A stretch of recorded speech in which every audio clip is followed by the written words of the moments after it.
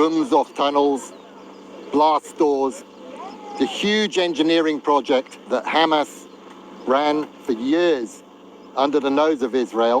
السلام علیکم دوستو اسرائیل ڈیفنس فورسز نے ابھی حال ہی میں ایک ویڈیو جاری کی ہے جس میں یہ دعویٰ کیا گیا ہے کہ اس نے حماس کی اب تک کی سب سے بڑی سرنگ کو دریافت کی ہے۔ اس سرنگ کی لمبائی تقریباً 4 کلومیٹر ہے اور اس کی گہرائی 50 میٹر ہے۔ دوستو اس سرنگ کا اندر والی جو ڈیزائن ہے جس طرح سے بنایا گیا ہے تو اس سے صاف طور پہ یہ ظاہر ہوتا ہے کہ حماس کتنی عجیب طریقوں سے ان سرنگوں کو بنوائے ہے۔ سوال یہ پیدا ہوتا ہے کہ ایسی سرنگیں تو کروڑوں اور اربوں روپوں کے خرچ کے بغیر نہیں بنوائے جاتے ہیں۔ آخر حماس کو اتنا بڑا پیسہ کس نے دیا؟ اس کے پیچھے کس کا ہاتھ ہے؟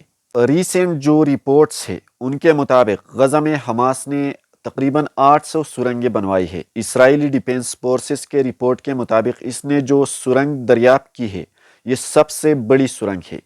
اسرائیلی فورسز نے کافی سخت محنت اور کوشش کے بعد جب اس سرنگ کو دریافت کر کے اس میں اندر داخل ہوئے تو اسے کچھ بھی نہیں ملا اور واپس خالی ہاتھ آنا پڑا۔ اس نے اس سرنگ کے اندر حماس کا کوئی ایک جنگجو نہیں دیکھا۔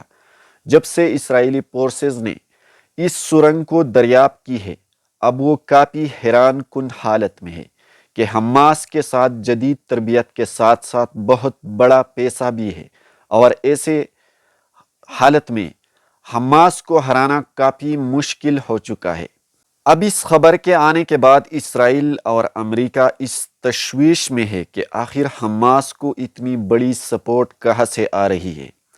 ایک رپورٹ میں یہ بھی دعویٰ کر دیا گیا ہے کہ حماس کے ساتھ اس وقت کروڑوں ڈالرز موجود ہیں۔ مختلف قسم کے کمپنیز ہے حماس کے دنیا کے کئی سارے ممالک میں اور ان سے حماس کی طرف بہت بڑا بینیفٹ آ رہا ہے، بہت بڑا پیسہ جو ہے وہ آ رہا ہے۔ اس بزنس کے ذریعے حماس کو جتنا بھی پیسہ آ رہا ہے ان پیسوں سے پھر ہتھیار خریدتے ہیں اور اسرائیل اور دوسرے کئی سارے مضبوط طاقتوں سے لڑ رہا ہے۔ تو اس سے اب پوری دنیا کو یہ اندازہ ہو چکا ہے کہ حماس اتنی کمزور گروپ نہیں ہے جس طرح امریکہ اور اسرائیل سمجھ رہا تھا۔ تو یہ تھی اس وقت کی کچھ اہم خبر جو ہم نے آپ تک پہنچائی۔ مزید ڈیٹیلز اور لیٹسٹ اتھینٹک نیوز کے لیے ہمارے ساتھ رہیے اور کائنڈلی اپنی رائے کا ضرور کمنٹ سیکشنز میں اظہار کیجیے۔ Thank you very much.